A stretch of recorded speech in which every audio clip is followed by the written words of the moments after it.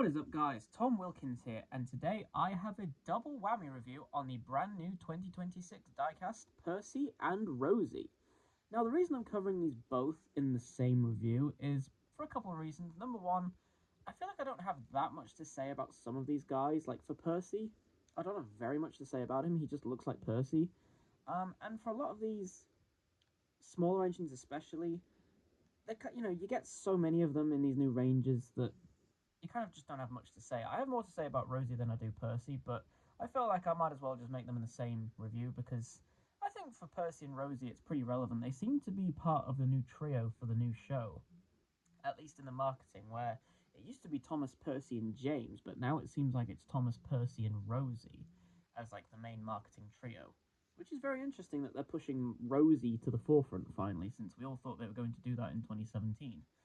But without further ado, I think we should just get these guys out of the package and take a look at them. So once again, these were bought on TootsleyThomas.com.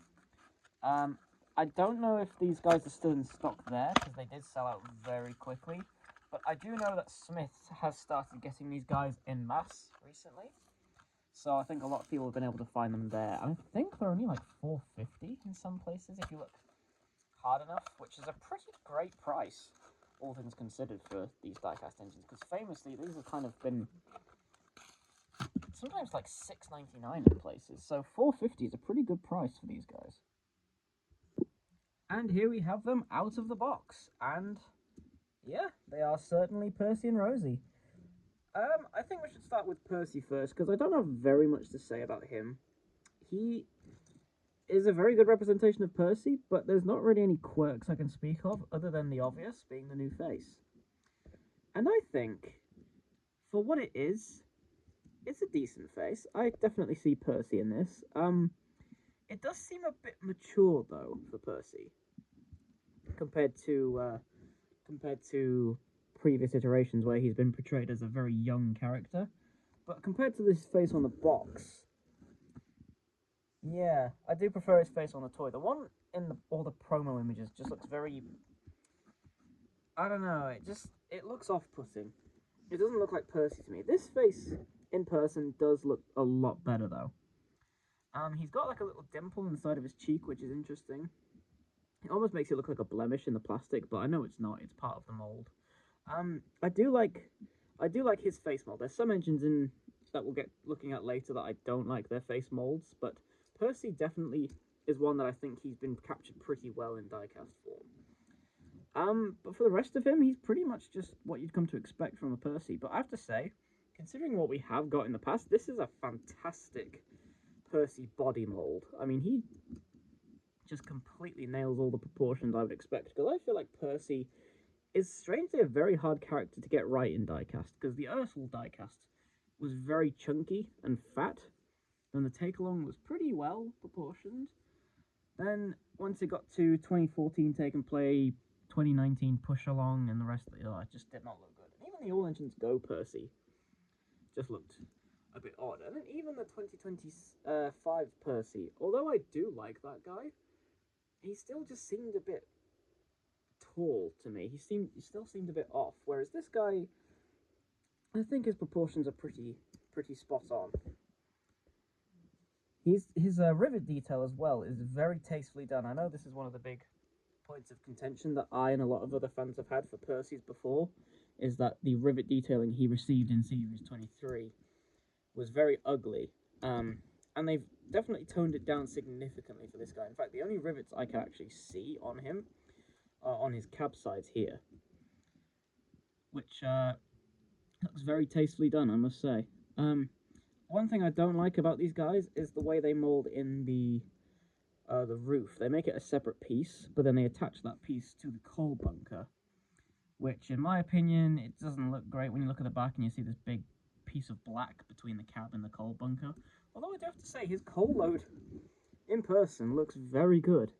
Very well detailed and very speckled, I guess, is the right word I would use. But yeah, I just don't really have much to say about Percy, to be honest. He's got a lamp for the first time in diecast, except for, did his 2025 one have one? No, it didn't, did it? No, it didn't. So this is the first diecast Percy to have a lamp. And a lot of these engines actually have lamps. And I'm very happy about that because they look really good. Magnets, of course, but they don't look obstructive, which is good. Which is something I will talk about Rosie in just a second. But overall, this Percy's pretty much perfect. I mean, if you wanted to swap the face out with an older Percy face, you would probably have the best diecast Percy ever made. But even still, this guy is pretty much perfect. Yeah, Percy's perfect. Pick him up if you see him in shops. That's all I have to say, really. Now on to the more interesting character of the two, Rosie. In the middle. There we go. Interesting is the word that comes to mind. So, Rosie has been given a lot more attention in this new reboot, it seems. And I have to say, I'm very happy about that, but I would be lying if I said this toy didn't let me down slightly, ever so slightly.